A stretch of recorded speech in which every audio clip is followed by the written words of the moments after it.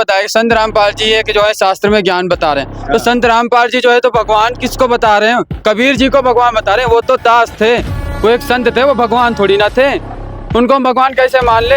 भगवान तो श्री रामचंद्र जी थे, श्री कृष्ण जी थे, शंकर जी हो गए, विष्णु जी हो गए, ब्रह्मा जी हो गए, हनुमान जी हो गए, ये हमारे भगवान है। कबीर जी भगवान कहाँ से हो गए? रामचंद्र भगवान की जय हो। ये कबीर साहब भगवान कबीर ही साहब को बताते रहते हैं और सभी भगवानों की निंदा करा करते हैं संत रामपाल जी महाराज। हमारे धर्म गुरु किसी की निंदा नहीं करते। हमारे जो गुरु जी हैं वो किसी की निंदा नहीं करते, ना ही तो कबीर साहब जी की निंदा करिए, ना ही और देवी देवताओं की निंदा कर। सभी को भगवान बताते, सभी को पूज्य बताते हैं। ये तो कहते हैं कि सिर्फ संत रामपाल जी महाराज, सिर्फ कबीर साहब जी पूज्य हमारे, वो हमारे भगवान है। ऐसा थोड़ी ना होता है। ये कहाँ पे लिखा है? हमारे सिर्फ रामचंद्र जी है भगवान। गोवर्धन श्री कृष्ण ने धार्यो दोराग्र हनुमंत और शेष नाग सब सृष्टि धन, इनमें कौन भगवान? आप तो कह रहे चिंगरी पे पर्वत उठा लिया था, हनुमान जी ने भी तो उठा लिया था, क्या नाम से, द्रोणागर। और शेष नाग तो पूरी पृथ्वी को सर पे उठाए हुए है। तो फिर इसमें आप चिंतन करो कि इसमें बड़ा भगवान कौन है? ये भगवान की। नमस्कार, आज हम मौजूद हैं बैतूल में और यहाँ पर देखिए हमारे साथ जो है कितने भाई जुड़ चुके हैं। ये एक आध्यात्मिक डिबेट करना चाहते हैं, तो आप इस डिबेट को पूरा जरूर सुने। तो देखिए यहाँ पर एक तरफ है जो संत रामपाल जी महाराज जी के शिष्य नहीं है और इस साइड है संत रामपाल जी महाराज जी के शिष्य। तो इन दोनों पक्षों में एक जबरदस्त बहस होने वाली है, तो आप इस वीडियो को जरूर पूरा देखें। तो सबसे पहले हम इन लोगों से शुरुआत करते हैं कि आखिर इन लोगों का संत रामपाल जी महाराज जी के विषय में क्या कहना है। तो सर नमस्कार सर। नमस्कार सर। अच्छा, क्या कहना चाहोगे सर आप? सर मैं ये कहना चाहूँगा, जो संत रामपाल जी हैं और उनके जो अनुयायी हैं, वो ना तो कोई मंदिरों में जाते हैं, ना तो कोई पूजा पाठ करते हैं, ना ही देवी देवताओं को मानते हैं। और तो देखिए सर, इनका कहना है कि जो संत रामपाल जी महाराज जी के शिष्य हैं वो ना तो किसी मंदिर में जाते हैं, ना किसी देवी देवता को मानते हैं। तो आखिर संत रामपाल जी महाराज क्या करना चाहते हैं? क्या सभी को नास्तिक बना देना चाहते हैं? इस विषय में बताइए, आपका क्या कहना है? सबसे पहले तो मैं भाई साहब से ये कहना चाहता हूँ कि भाई साहब को वो पता है जो समाज में संत रामपाल जी महाराज जी के बारे में भ्रांतियां फैली हुई हैं। अभी ये संत रामपाल जी महाराज जी के ज्ञान से परिचित नहीं है, ना इन्होंने संत रामपाल जी महाराज जी का सत्संग सुन रखा है। अगर इनने संत रामपाल जी महाराज जी का सत्संग सुन रखा होता तो आज ये बात नहीं कहते कि संत रामपाल जी महाराज देवी देवताओं की भक्ति छुड़वाते हैं। आज केवल और केवल संत रामपाल जी महाराज ही हैं जो वास्तव में हिंदू धर्म के सभी देवी देवताओं की सही सद्भक्ति बताते हैं, सही मंत्र बताते हैं। बाकी जितने भी समाज में जो लोग भक्ति कर रहे हैं वो सारे के सारे शास्त्र विधि को त्याग करके मनमाना आचरण कर रहे हैं, जिसको करने से हमें कोई लाभ नहीं होता है।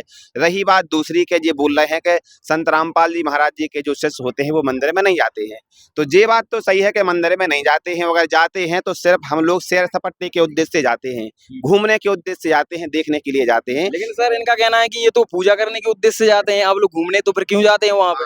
घूमने के उद्देश्य से जाते हैं क्योंकि वहाँ पर क्या है, संत रामपाल जी महाराज जी ने बताया है कि पत्थर पूजे हरी मिले तो मैं पूजूं पहाड़, और तासे तो चकिया भली पीस खाए संसार। पत्थर की पूजा करने से भगवान नहीं मिलता है। आज वर्तमान में वो पूर्ण परमात्मा संत रामपाल जी महाराज जी के रूप में जब धरती पर मौजूद हैं, तो फिर पत्थरों की पूजा करने से हमें क्या फायदा है, आप बताओ।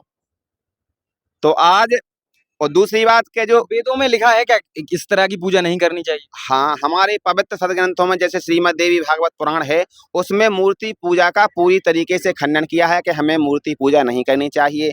वेदों में भी मूर्ति पूजा का खंडन किया है। हमारी श्रीमद् भगवत गीता में कहीं पर भी नहीं लिखा है कि मूर्ति पूजा करें। जो ये मूर्ति पूजा चल रही है, ये हमारे देश में जितने भी ये धर्मगुरु हैं, ये सारे के सारे अपनी तरफ से जो मनमाना आचरण है उसको समाज पर जबरदस्ती थोपने का काम कर रहे हैं। और उन धर्म गुरुओं पर इन जैसे युवा आंखें मूंद करके विश्वास कर रहे हैं और भक्ति कर रहे हैं, और वो शास्त्र विधि को त्याग करके जो मनमाना आचरण है उसको करने से ना इनके पूर्वजों को लाभ हुआ और ना इन्हें कोई लाभ हो रहा है। वो भक्ति व्यर्थ है। तो देखिए सर, इनका कहना है कि संत रामपाल जी महाराज इस तरह की जो भक्ति साधना है जो आप बोल रहे हैं कि छुड़वाते हैं, तो वो संत रामपाल जी महाराज नहीं छुड़वा रहे हैं, बल्कि वेदों में उसकी मना की गई है, ऐसा इनका कहना है। बताइए अब आप क्या कहना चाहेंगे?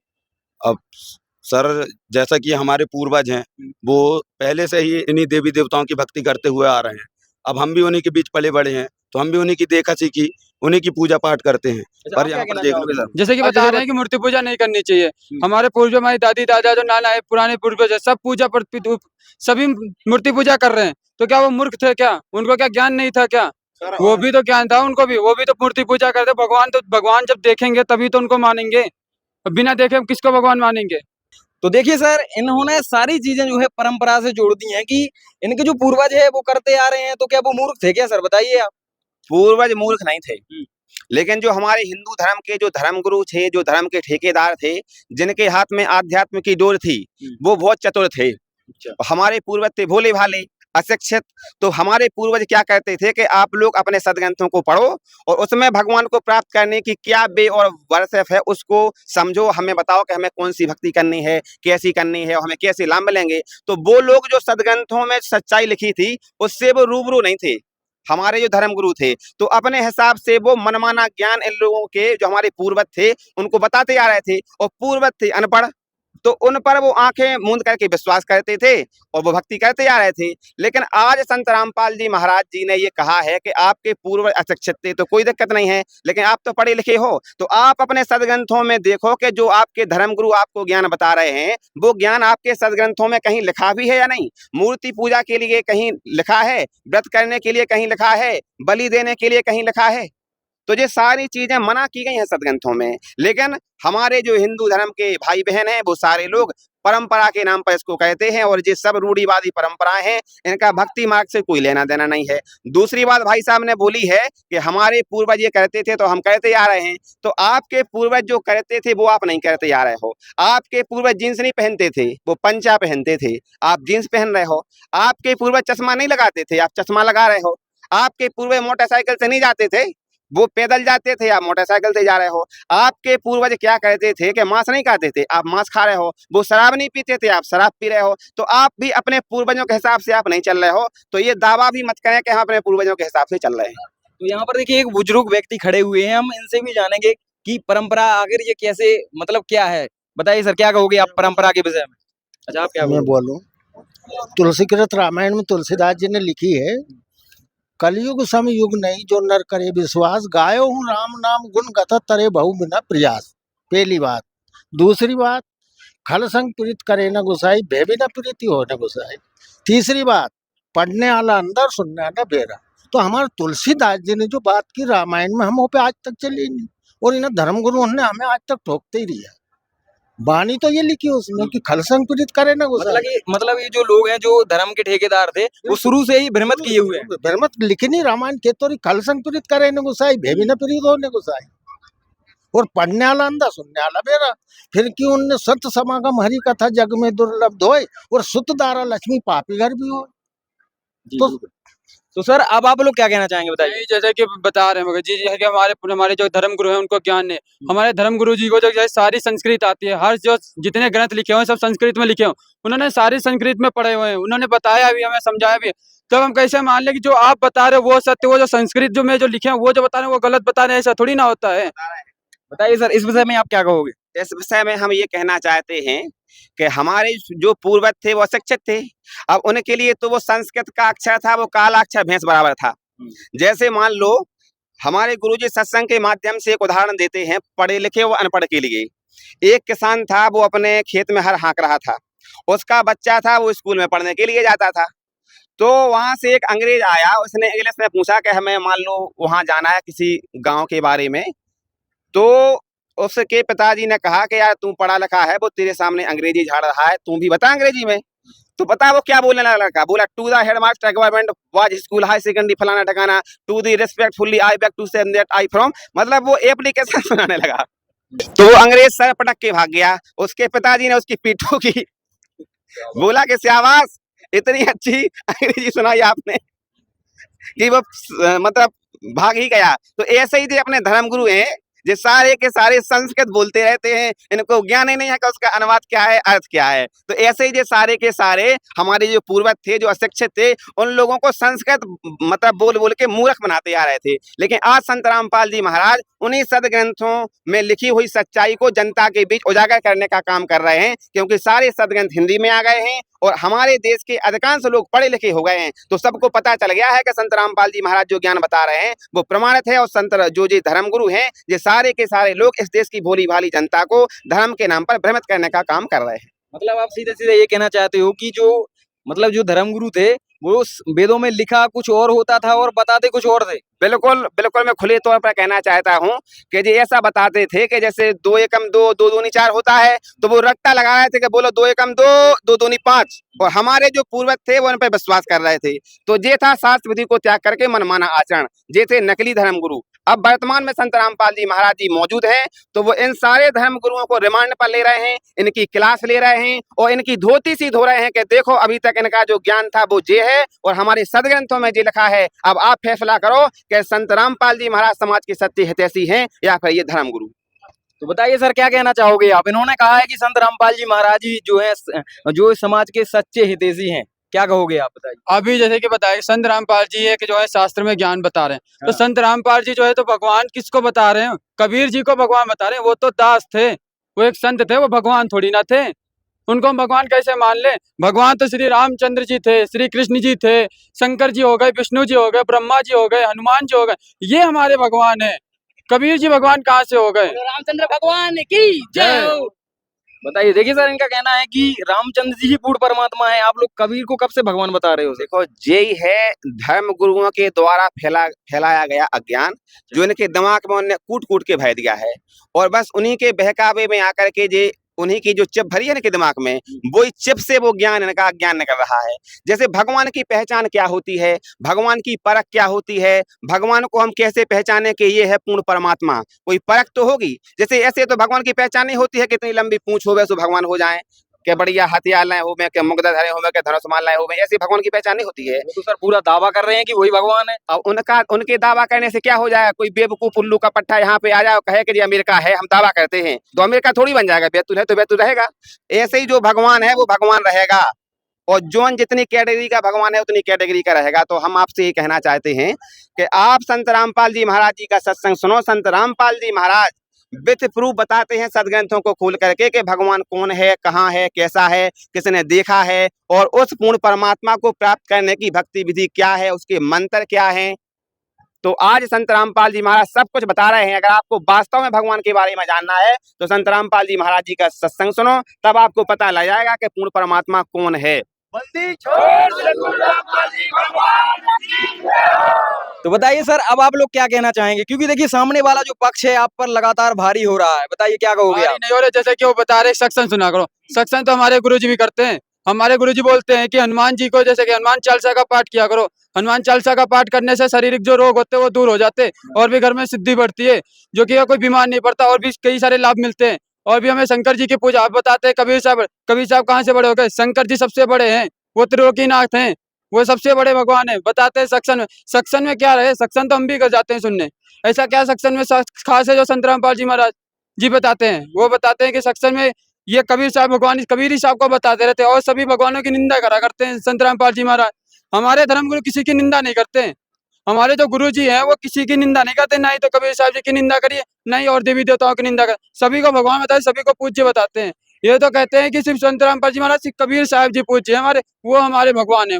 ऐसा थोड़ी ना होता है। ये कहाँ पे लिखा है? हमारे सिर्फ रामचंद्र जी हैं भगवान। बताइए सर, क्या कहना चाहोगे आप लोग अब? सबसे पहले तो भाई साहब ने जैसा कि कहा कि हनुमान चालीसा का पाठ कहते हैं, उससे बहुत लाभ होता है। हनुमान चालीसा में लिखा है कि भूत पिशाच निकट नहीं आवे और महावीर जब नाम सुनावे। हमारे गांव में, हमारे मोहल्ले में हर मंगलवार को चूल्हे चढ़ाए जाते हैं और हनुमान चालीसा का पाठ कहते हैं, सुंदरकांड का पाठ करते हैं। और हमारे गांव में कम से कम 50 भूतों ने डेरा डाल के रखा है, 50 भूतों ने। अब लगाओ आप अंदाज। तो आप जो हनुमान जी जिस नाम का जाप कहते थे उस नाम का जाप आप लोग नहीं कर रहे हो, यानी कि आप गलत भक्ति साधना कर रहे हो। दूसरी बात, आप कुछ कहना चाहते हैं भाई साहब? पहले सुन लो इनकी। क्या कहना चाहोगे? जी का जाप करते हैं, और राम जी का जाप करते थे, श्री रामचंद्र जी का जाप करते थे, उन्हीं की पूजा करते थे, उन्हीं के लिए वो पूरे समर्पित रहते थे। कहते हैं राम न चले ना हनुमान के बिना, हनुमान न चले राम के बिना, ये दुनिया नहीं चलती राम के बिना। देखिए सर, इनका कहना है कि हनुमान जी महाराज तो राम की भक्ति करते थे, राम नाम का जाप करते थे। राम नाम का जाप तो कहते थे, लेकिन राम से ऊपर है आदि राम। तो पूर्ण परमात्मा कबीर साहब उनको मिले थे हनुमान जी को मुनिंदर ऋषि के रूप में। उन्होंने उनको वो आदि राम का मंत्र दिया था, उसका जाप कहते थे। और उसी का जाप के लिए लिखा है कि भूत पिशाच निकट नहीं आवे, महावीर जब नाम सुनावे। जे राम राम दशरथ जी वाले राम ने, ये तो 3 लोक के भगवान हैं। त्रिलोकीनाथ हैं, वो पूर्ण परमात्मा कबीर साहब हैं। उनके बारे में उस नाम का जिक्र किया गया है। और दूसरी आप कह रहे हैं कि दुनिया न चले श्री राम के बिना, तो ये बात तो सही है, लेकिन जो ने वो राम की आप बात कर रहे हो वो दशरथ जी वाले राम नहीं है, वो है असंख्य ब्रह्मांड का स्वामी, वो आदि राम, जिससे पहले कोई राम नहीं था। आप ये बताओ कि राम जी तो आए हैं अभी त्रेता में, त्रेता से पहले क्या लोग भक्ति नहीं कहते थे? जब त्रेता से पहले कौन से राम की भक्ति कहते थे? आप विचार करो इस बात पे। उससे पहले भी भगवान था, उनके बाद भी भगवान है, लेकिन वो पूर्ण परमात्मा थे, वो कबीर साहब थे, उनकी भक्ति किया करते थे लोग। बात समझ रहे हैं आप? तो देखिए सर, इन लोगों का कहना है कि जो हनुमान जी महाराज जी थे वो राम नाम का जाप नहीं करते थे, बल्कि किसी और नाम का जाप करते थे। क्या कहोगे, बताइए आप। नहीं, हमने जिसमें भी हमने जो भी रामायण देखी है, जो भी मैंने हम लोगों ने जो कि हम लोगों के पूर्वज जो कि हमको दिखाते हैं, जो कि हमको बताते हैं, हमारे धर्म गुरु जो है वो बताते हैं, उन्होंने सिर्फ यही बताया कि हनुमान जी जो है श्री रामचंद्र जी हैं, उन्हीं का वो जाप करते थे, उन्हीं की वो भक्ति करते थे। और दूसरी बात, जैसे कि इन्होंने कबीर साहब जी को भगवान बताते हैं कि कबीर साहब जी, हम कबीर साहब जी को भगवान किस उस पर मान लें? कबीर साहब जी ने क्या किया? हमारे श्री रामचंद्र जी जो है समुद्र पे पुल बनवाया, वो फिर रावण जी का भी विनाश किया, लंका से सीता जी को लौटा कर भी लाए, और भी बहुत सारे कार्य किए। कृष्ण जी ने महाभारत युद्ध में जो विजय दिलाई पांडवों को। और भी जैसे कि हमारे जो जितने भी धर्म, कृष्ण जी ने जो पूरा पर्वत शंगुनिया से उठा दिया था, सिर्फ एक उंगली से पूरा पर्वत, गोवर्धन पर्वत को उठा दिया था, तो वो भगवान हमारे हुए। कि कबीर साहब जी ने क्या किया है जो हम उनको भगवान मान ले? कौन सा उन्होंने ऐसा चमत्कार किया है, कौन सा उन्होंने ऐसी की है जो जो उनको उनको भगवान माने? और वो तो सिर्फ एक तारा लेकर, सिर्फ खाली, वो भी राम की भक्ति बताते थे। राम राम रटते रहो जब तक घट में पुराने, कबू तो दीन दयाल के भनक पड़ेगी कहाँ। वो भी राम जी का ही नाम रटते थे, राम जी का ही नाम बताते थे कि राम राम ही बोलते रहो। कबीर साहब जी भगवान नहीं है, आप लोगों को ये चीज माननी पड़ेगी। वो एक तारा लेकर सिर्फ खाली यही है, राम जी की ही भक्ति का प्रचार करते थे। और वो एक सिर्फ कवि थे, वो भगवान नहीं थे। क्या कहोगे सर आप लोग? जैसा कि भाई साहब ने कहा है कि उन्होंने समुद्र पे पुल बांध दिया था, छिंगज्जा पे पर्वत उठा लिया था, तो भाई साहब से ये कहना चाहता हूँ कि समुद्र पे पुल बांधने से भगवान सिद्ध नहीं होता है कि वो भगवान थे। परमात्मा कबीर साहब की वाणी है कि समुद्र पाट लंका गयो सीता को भरतार, और अगस्त ऋषि ने सातों पी लिए, इनमें कौन करतार?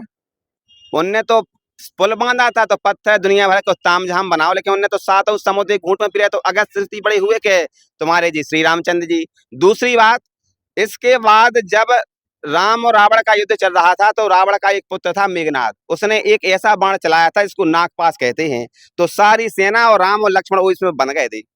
फिर गरुड़ को बुलाया गया था उनके नागपाश के बंधन काटने के लिए। तब परमात्मा की वाणी है कि बंधन काटे विपत में कठिन कियो संग्राम, और चीन्हो रे नर प्राणियों ये गरुण बड़ो के राम। जब वो बंधन में थे तब उसके बंधन काटे थे गरुण जी ने, तो आपके रामचंद्र जी बड़े हो गए कि गरुण जी बड़े हो गए? आप इस बात पे विचार करो। इसके बाद फिर आपने कहा कि छिंगरी पे कृष्ण जी ने उठा लिया था पर्वत, तो वजन उठा ले यार, वो भगवान नहीं होता है, वो पहलवान होता है, इससे भगवानों की पहचान नहीं होती। परमात्मा की वाणी है, गोवर्धन श्री कृष्ण ने धार्यो दोराग्र हनुमंत, और शेष नाग सब सृष्टि धन, इनमें कौन भगवंत? आप तो कह रहे छिंगरी पे पर्वत उठा लिया था, हनुमान जी ने भी तो उठा लिया था, क्या नाम से, द्रोणागर, और शेषनाग तो पूरी पृथ्वी को सर पे उठाए हुए है। तो फिर इसमें आप चिंतन करो कि इसमें बड़ा भगवान कौन है? ये भगवान की पहचान नहीं है। भगवान की पहचान हमारे सदग्रंथ बताते हैं, हमारे वेद बताते हैं कि भगवान, पूर्ण भगवान ये होता है कि वो जब यहाँ पर लीला करने के लिए आता है, तो ऊपर से जब वो आता है तो एक नदी में या तालाब में कमल के पुष्प पर नवजात शिशु का रूप धारण करके प्रकट हो जाता है वो। इसके बाद उसको निसंतान दंपति उठा करके ले जाते हैं। उसकी जो पालन पोषण की लीला होती है वो कुंवारी गायों के दूध से होती है। इसके बाद वो जब बड़ा होता है, लीला करते कहते तो भारत के क्या पूरे दुनिया के धर्म गुरुओं के ज्ञान में छक्के छुड़ा देता है। इसके बाद हमारे वेदों में ये भी लिखा है कि जो पूर्ण परमात्मा होते हैं वो एक सुप्रसिद्ध कवि की भूमिका भी निभाते हैं। इसके बाद आखिरी पहचान ये भी बताई है कि जब वो सात शरीर आते हैं और जब यहाँ पर लीला कर लेते हैं तो सात शरीर चले जाते हैं, यानी कि उनका शरीर नहीं मिलता। तो आज ये सारी की सारी लीलाएं कबीर साहब ने की, इसलिए कबीर साहब पूर्ण परमात्मा सिद्ध होते हैं। आज कमल के फूल पर नवजात शिशु का रूप धारण करके लहर तारा नामक तालाब में कबीर साहब जी अवतरित हुए थे। उनके ना कोई माता पिता थे। नीरू नीमा जो थे वो निसंतान थे, वो उनको उठा करके ले गए थे। उनका जो लालन पुफन हुआ था वो कुंवारी गायों के दूध से हुआ था। इससे वो परमात्मा सिद्ध होते हैं। उनके आध्यात्मिक ज्ञान का लोहा पूरी दुनिया आज भी मानती है। इसके बाद वो एक सुप्रसिद्ध कवि भी हुए हैं। जैसा कि हमारे समाज में वाणी चलती है कि खेत कबीरा नुन लियो सिलो बीन लो सूर, बचो खुचो तुलसी चुनो बाकी सब हैं कूर। तो वो एक सुप्रसिद्ध कवि भी हुए। इसके बाद उनने शास्त्रों के अनुसार ज्ञान में दिया। इसके बाद वो शास्त्री आए और सात शरीर चले गए। तो जब वो लीला करके अपने धाम में गए तो उनके शरीर के स्थान पर सुगंधित पुष्प मिले थे। जैसा कि वेदों में परमात्मा के लिए बताया है कि जो ऐसी लीला कहता है वो परमात्मा होता है। तो ये सारी लीलाएं ना हनुमान जी ने करी हैं, ना कृष्ण जी ने करी हैं, ना लक्ष्मण जी ने करी हैं, ना परशुराम जी ने करी हैं। ये सारी की सारी लीलाएं पूर्ण परमात्मा कबीर साहब ने करी हैं। तो इस वजह से सिद्ध होता है कि वो पूर्ण परमात्मा कबीर साहब हैं। बोलो बंदी छोड़ सतगुरु रामपाल जी भगवान की जय हो। लेकिन सर उन्होंने एक और बात बोली थी कि कबीर साहब जी जो आप बता रहे हो पूर्ण परमात्मा, तो वो तो राम नाम का जाप करते थे। उनकी वाणी भी उन्होंने एक बोली थी कि राम नाम रटते रहो, इस तरह से कोई वाणी थी। तो वो हाँ। तो राम नाम का जाप करते थे, आप उनको भगवान बता रहे हो। राम नाम का जाप करते थे, लेकिन वो आदि राम की बात कहते थे। परमात्मा की वाणी है कि एक राम दशरथ का बेटा, एक राम घट घट में लेटा, एक राम का जगत पसारा, एक राम है जग से न्यारा। तो वो जग से न्यारा जो राम है वो आदि राम है, वो पूर्ण परमात्मा कबीर साहब हैं। वो उनके लिए संकेत है। तो वो आदि राम स्वयं पूर्ण परमात्मा कबीर साहब ही थे। और आज वर्तमान में वही कबीर साहेब पूर्ण परमात्मा संत रामपाल जी महाराज जी के रूप में इस धरती पर लीला कर रहे हैं। इसलिए हमारी इन सभी भाई बहनों से हाथ जोड़ के गुजारिश है, प्रार्थना है कि संत रामपाल जी महाराज जी को पहचानो। संत रामपाल जी महाराज कोई आम आदमी नहीं है, बल्कि संत रामपाल जी महाराज पूर्ण परमात्मा कबीर जी के रूप में आज धरती पर मौजूद हैं। अगर आप अपना भला चाहते हो, अपना कल्याण चाहते हो, तो संत रामपाल जी महाराज जी से नाम दीक्षा लो और अपना अपने परिवार का कल्याण कराओ। तो बताइए सर, अब आप लोग क्या कहना चाहेंगे? जी अब हम लोग क्या करना चाहेंगे, जैसे कि बताया है कि कबीर साहब जी के जो प्रमाण जो उन्होंने बताए हैं, जो वेद बताए हैं, जो गीता बताए हैं, उन लोगों को हम लोगों ने नोट कर लिया है। अब हम अपने घर पर जाकर उनको देखेंगे और खोल कर पढ़ेंगे क्या ये बात सत्य है। उसके बाद मिलान करेंगे अपने ग्रंथों में। और जो संत रामपाल जी महाराज जी जो इन्होंने पुस्तक बताई है ज्ञान गंगा को पढ़ने को, वो भी पढ़ेंगे। उसमें जो उन्होंने बताया कि इसमें भी लिखा हुआ, तो उनको मिलान करके उसके बाद हम देखेंगे, उसके बाद हम आपको बताएंगे। ठीक है सर, आप क्या कहना चाहोगे? हम भी यही कहना चाहेंगे कि अब हम भी संत रामपाल जी महाराज जी का सत्संग सुनेंगे, उनके विचार जानेंगे और उनके ज्ञान को पूरा परखेंगे। और फिर अगर हमें समझ में आएगा तो उनसे दीक्षा भी लेंगे। तो सर अब आप लास्ट में क्या कहना चाहेंगे, क्योंकि ये लोग बोल रहे हैं कि हम जो है सत्संग सुनेंगे आपके गुरुजी का और जो है किताबें वगैरह पढ़ेंगे, तो आप क्या कहना चाहोगे? अब इसके लिए हम इन लोगों का हाथ जोड़ के धन्यवाद देते हैं। और आपके चैनल के माध्यम से जो दर्शक हमें देख रहे हैं उनसे हम हाथ जोड़ करके निवेदन करना चाहते हैं कि भारत के जितने भी धर्मगुरु हैं वो आप लोगों को शास्त्रों के विरुद्ध साधना बता रहे हैं, जिसको करने से आपको कोई भी लाभ ना हुआ है ना होना है। अगर आप चाहते हो कि हमें भक्ति मार्ग का लाभ लेना है तो उसके लिए आप संत रामपाल जी महाराज जी का सत्संग सुने। और संत रामपाल जी महाराज जी का जब सत्संग सुनने के बाद आपको ज्ञान समझ में आ जाए तो संत रामपाल जी महाराज जी से नाम दीक्षा लें और अपना अपने परिवार का कल्याण कराएं। ठीक है, धन्यवाद सर। तो दर्शकों देखिए, आज की ये आध्यात्मिक बहस समाप्त हो चुकी है। वीडियो को लाइक कीजिए, चैनल को सब्सक्राइब कीजिए। Thanks for watching this video.